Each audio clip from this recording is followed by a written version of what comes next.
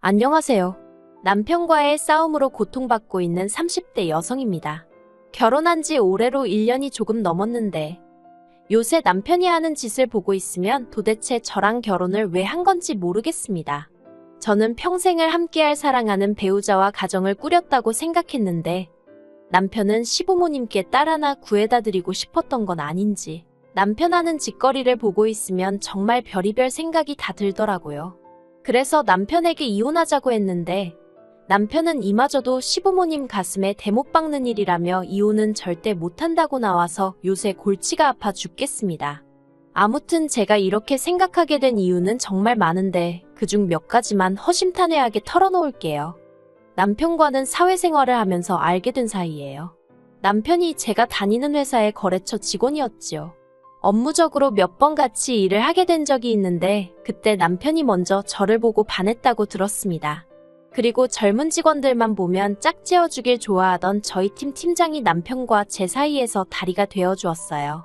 솔직히 저는 그렇게 내키는 자리는 아니었는데 팀장이 혼자 신나서 난리도 아니었으니 제 입장에선 적당히 분위기를 맞춰줄 수밖에 없었달까요.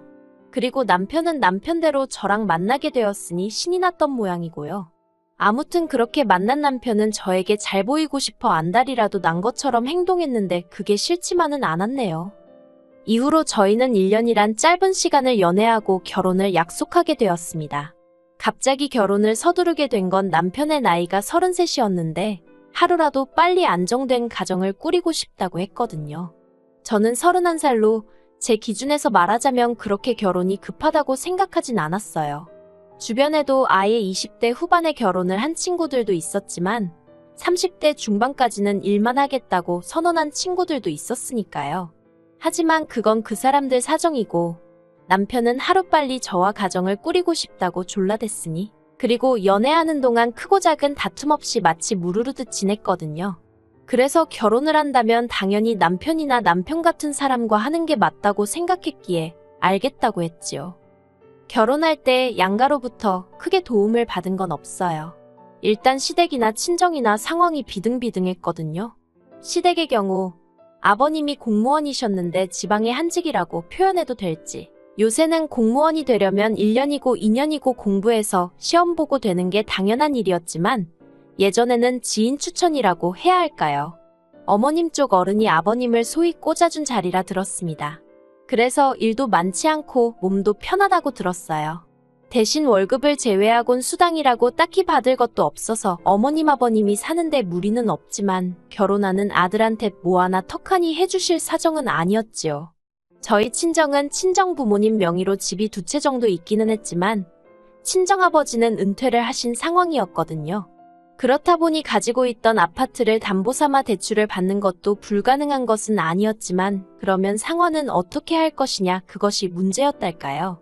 그래서 제가 먼저 시댁에서도 아무것도 안 해주시는데 굳이 우리라고 무리할 필요는 없지 않냐며 아무것도 안 해주셔도 괜찮다고 말씀드렸습니다. 참고로 남편에게는 이 부분에 있어서 상의를 하진 않았는데 시댁에서 도와주지 않는다는 이야기를 들을 때 저 역시 남편이나 시부모님에게 특별한 이유를 들은 것도 아니고 이해를 부탁받지도 않았기에 똑같이 행동했어요. 하지만 남편은 나중에 이 얘기를 끄집어내서는 제가 시부모님을 무시한 거라는 말도 안 되는 억지를 쓰더라고요. 아무튼 그렇게 신혼살림을 차렸는데 저는 사실 그렇게 살가운 성격이 못 됩니다. 친한 친구들도 3, 4명밖에 없을 정도로 내성적이고 사회생활은 말 그대로 사회생활을 하는 거지 제 사생활 이야기를 한다던가 고민거리를 털어놓는 일은 절대로 없어요. 그리고 남편도 연애할 때는 이런 제 성격을 좋아라 했습니다. 전에 사귀던 여자는 술자리하고 남자 여자 가릴 것 없이 사람을 너무 좋아해서 자기가 신경 쓸 일이 많았는데 저는 회사 집 운동 이렇게 3가지만 반복하고 친구들을 만나도 밥 먹고 커피 마시는 게 전부니 자기가 안심이 된다면서요. 그런데 막상 결혼을 하고 나니까 제가 나서서 집안 행사, 예를 들어 어머님 아버님 생신부터 시작해서 명절이라던가 그럴 때마다 어떻게 할지 뭘 먹을지 어디를 갈지 전부 다 제가 나서서 자리를 만들고 분위기를 이끌어 나가길 바라더라고요. 심지어 집들이 하던 날에는 대뜸 저더러 시부모님 앞에서 간드러지게 트로트 한 곡 뽑아보라는데 기분이 정말 좋지 않았습니다. 당장 친정부모님 앞에서도 내키지 않는 일인데 시부모님을 비롯한 시댁 식구들 다 있는 자리에서 제가 트로트를 왜 불러야 하나 싶었지요. 그래서 웃으면서 싫다고 하니까 남편이 오히려 아주 정색을 하면서 제가 분위기 다 망친다며 며느리가 돼서는 시부모님 기쁨조 좀 되어드리면 안 되냐는 거예요. 어이가 없어서 남편더러 기쁨조가 뭔지나 알고 그런 소리를 하냐 했습니다. 그렇게 분위기가 좀 험악해지고 나니까 그제서야 어머님이 나서서는 저더러 노래 안 해도 된다며 괜찮다 하셨는데 그나마도 나중에 집에 가실 때 따로 저를 불러서 그러시대요. 원래 하기 싫어도 남편이 해달라고 하면 한 번씩 해주고 그러는 게 아내가 할 일이라나요. 그리고 아버님이 트로트를 좋아하시니까 다음에는 한 곡조 연습해오랍니다. 황당해서 말도 안 나오더라니까요. 그리고 이후로도 그런 비슷한 일들이 반복되었어요. 저는 전혀 준비가 되어 있지 않았는데 남편은 제가 눈치껏 센스껏 어머님 아버님을 챙겼으면 하는 것들이요. 매주 금요일 저녁이면 남편은 어머님 아버님께 전화를 드리고는 저와는 상의도 없이 선의 바꿔줄게 하고는 전화기를 넘기기 일쑤였습니다. 그러면 솔직히 무슨 말을 해야 할지 모르겠더라고요. 어머님이 궁금해하시는 건 당신 아들이 어디 아픈 데는 없었는지, 뭘 먹고 출근을 했는지, 날씨가 더운데 옷은 어떻게 입고 다니는지, 솔직히 죄다 남편에게 직접 물어보시는 편이 훨씬 빠르겠다 싶은 것들이었으니까요. 그런데도 구태여 저랑 통화하길 원하셨고 말씀하시길 어머님 친구분들 딸들이 그렇게 잘하더라면서 당신도 공연이 보고 싶다던가 쇼핑이 가고 싶다던가. 하지만 솔직히 제 입장에선 그런 어머님의 말씀이 무척이나 부담스러웠습니다. 일단 저도 남편과 마찬가지로 직장 생활을 하고 있었던 데다가 시댁은 차로 왕복 4-5시간은 걸렸으니 까놓고 말해서 어떻게 해달라는 말씀이신지 종잡을 수가 없었달까요? 하지만 남편이 말하기를 시부모님은 꼭 뭔가를 바라고 하시는 말씀은 아니라며 저더러 전화통화만이라도 진심을 다해서 하라대요. 1-20분도 아니고 1시간을 말이에요.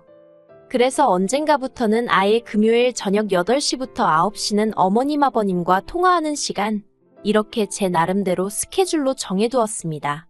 그랬더니 남편이 한다는 소리가 저더러 너무 일하듯이 하는 거 아니냐면서 의무감에 할 거면 하지 말랍니다. 진심과 성의 그리고 사랑이 느껴지질 않는다나요. 정말이지 그때는 남편 멱살이라도 잡고 싶은 심정이었어요. 이러면 이래서 별로다. 저러면 저래서 별로다. 정말이지 어느 장단에 춤을 춰야 할지 미치겠더라고요.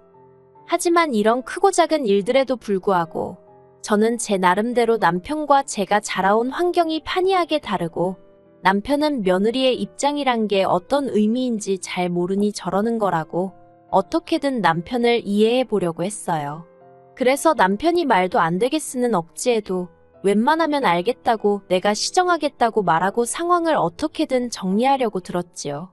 하지만 그러는 것도 하루 이틀이지. 결국 얼마 전의 일로 전 완전히 폭발해버리고 말았네요.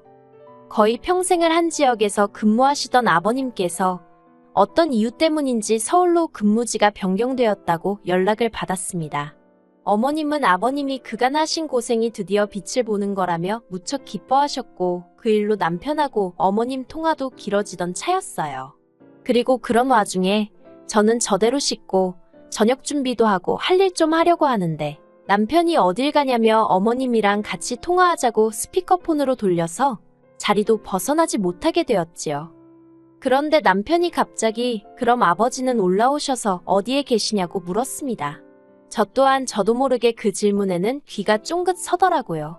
그리고 어머님은 뭐가 걱정이냐면서 너네 집에 있으면 되지? 그러시대요. 저희 집 말이에요. 남편이랑 저랑 있는 돈 없는 돈 다 끌어다가 구한 집으로 방이라고는 2개밖에 없습니다. 그나마 안방이 작아서 옷 넣을 곳도 마땅치 않거든요. 그래서 방 1개는 드레스룸 겸 창고로 쓰고 있어서 누가 와 있고 할 만한 자리도 없어요. 어머님도 집들이 때 오셔서 다 보셔서 아시고요. 그런데 너무나 태연하게 너네 집에 있으면 된다는 어머님이나 거기다 대고 그러면 되겠다고 동조하는 남편이나 둘 다 이해가 되질 않았습니다. 그리고 이후로 전화를 끊기 전까지 남편과 어머님 둘이서 몇 마디 더 주고받던데 솔직히 귀에 들어오지도 않대요. 저는 아무 말도 하지 않았습니다.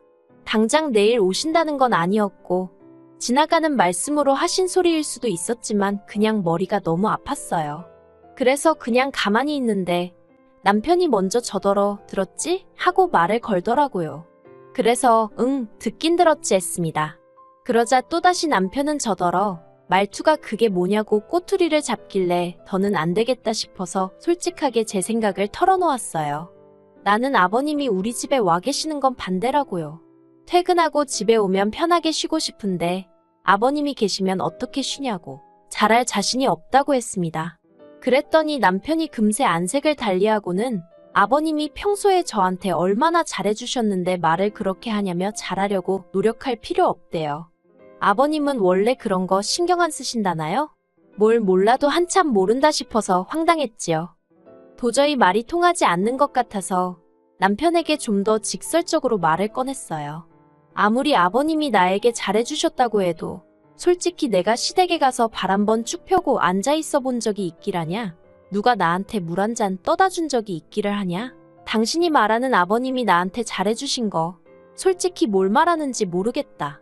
아무튼 나는 아버님이 와서 지내시는 건 반대다. 그것도 하루 이틀도 아니고 1년씩이나 절대로 안 된다. 그랬더니 남편이 저더러 생각이 글러먹었대요. 일단 아버님이 서울로 올라오시게 되었으면 축하부터 해드리는 게 정상 아니냐면서 그런데 제 머릿속에는 축하는 뒷전이고 그저 아버님이 여기 와서 지내시게 되는 거 그거 반대할 생각만 가득 차 있다나요. 그리고는 저 같은 며느리를 보게 한 자기가 죄인이라면서 아버님께 너무 죄송하고 아버님이 불쌍하답니다. 정말이지 이때는 저도 인내심이 끊어지는 기분이었어요. 그래서 오죽하면 정말 마지막이다 생각하곤 한 번 더 이야기했습니다. 아직 일어나지도 않은 일로 당신과 싸우고 싶지 않고 신혼집이고 방도 없는데 아버님이 오신다고 하니 나로서는 당황스러울 수밖에 없는 거 아니냐. 그러면 당신도 나를 이해해줘야지 무턱대고 나를 나쁜 며느리로 몰아가면 어떡하냐? 솔직히 마음 같아선 왜 못 알아들어 처먹느냐고. 욕이라도 퍼붓고 싶었는데 그러면 절 잘 키워주신 친정부모님 얼굴에 괜한 똥칠하는 꼴이 될까봐 최대한 억누르며 제 분노를 비췄어요. 그리고 무엇보다도 어찌됐건 남편과는 싸우고 싶지 않았습니다. 말이라는 게 한 번 뱉으면 두 번 다시 주워 담을 수 없기에 서로에게 비수가 될 법한 말은 안 하려고 나름대로 제가 노력을 한 거지요. 그런데 남편은 저더러 생각하는 수준이 천박하다면서 자기였으면 장인어른이나 장모님이 서울로 오시게 되면 당연히 저희 집에서 모실 거라나요. 그런데 저희 친정부모님은 애시당초 서울에 살고 계시고 제가 생각했을 때 저희 부모님은 그런 이야기는 지나가는 말이라도 하다못해 농담이라도 하실 분들이 아니세요. 그래서 제가 남편더러 그런 일은 애시당초 있을 리가 없으니 말해봤자라고 쏘아붙여버렸지요. 그리고 그렇게 다음날이 되었습니다. 서로 투명인간 취급하면서 하루를 보낸 거지요. 남편이 미우면서도 한편으론 언제까지 이래야 하나 싶어서 솔직히 답답했네요. 그런데 그때 어머님한테 전화가 왔습니다. 무슨 일인가 하니 남편이 아버님 오시는 문제로 어머님한테 연락을 드렸던 모양이에요. 드레스룸을 비울 거니까 거기서 생활하시면 된다면서 짐을 보내라고 했다나요? 그러면서 어머님이 저더러 아버님은 아침 식사는 꼭 하셔야 한답니다. 국이든 찌개든 하나는 있어야 하고 재탕하는 건 안 좋아하시니까 그런 줄 알라대요. 저도 모르게 순간 그 얘기하시려고 전화하신 거냐고 되물었습니다. 그리고 어머님은 당황하셨는지 그럼 뭐 그렇지 하시고는 얼렁뚱땅 전화를 끊으려고 하시는 거예요. 그래서 어머님께 짐 보내시면 안 된다. 드레스룸 못 비운다. 아버님 오시는 거 저는 반대라고 이미 남편하고 이야기했다. 조목조목 말씀드렸습니다. 그러자 어머님이 그러면 네 시아버지는 어디 가서 있으라는 거니? 하시길래 그건 어머님이랑 남편이랑 다 같이 상의해 보시라고 아무튼 이 집은 안 된다 했어요. 그리고 얼마 안 가 남편이 집에 왔는데 아니나 다를까 씩씩대면서 현관문이 아주 부서져라 열고 들어오더라고요. 이미 그 성질머리를 어느 정도 예상은 했기에 놀라진 않았습니다. 제가 남편을 물끄러미 쳐다봤어요. 그랬더니 저더러 말 다 했냐면서 아버지가 아들 집에 오는 게 뭐가 어떻냐고 악다구니를 쓰대요. 그래서 이게 당신 집이냐 물었더니 저더러 그럼 네 집이냐입니다.